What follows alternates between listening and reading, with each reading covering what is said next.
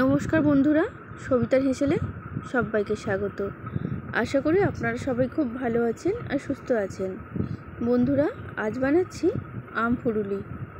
আসুন দেখে নেওয়া যাক। আমি এই আম ফুরুলি বানানোর জন্য নিয়ে নিয়েছি আম, বেশ খানিকটা ছানা, আটা, চিনি, লবণ, মৌরি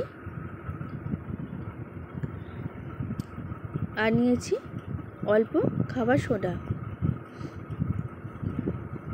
আমি সবার প্রথমে আমটাকে ভালো করে বেটে নেব।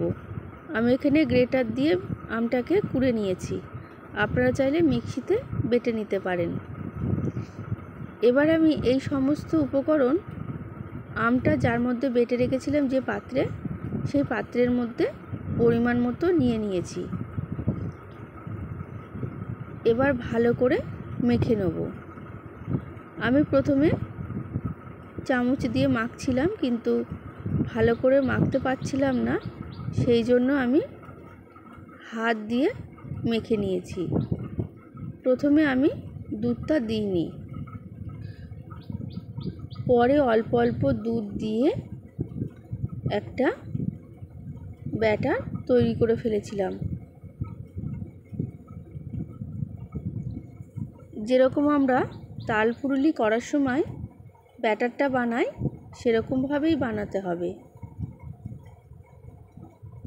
আর বেশ খানিকক্ষণ ধরে একটু ভালো করে ফাটিয়ে নিতে হবে, এতে করে ফুরুলিগুলো খেতেও কিন্তু খুবই ভালো লাগবে। তো এই যে আমি ব্যাটারটা বানিয়ে নিয়েছি। ব্যাটার বানানোর সময় কড়াই আমি তেল বসিয়ে দিয়েছিলাম।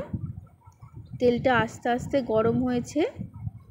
এবার ফুরুলিগুলো ভেজে নেব।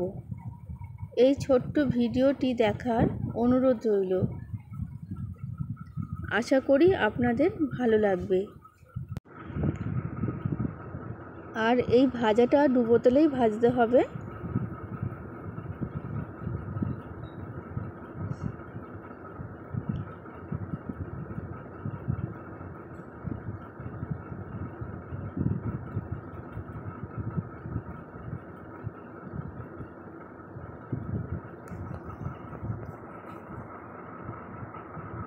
তো বন্ধুরা দেখুন, কত সুন্দরভাবে কিন্তু ফুলে গেছে।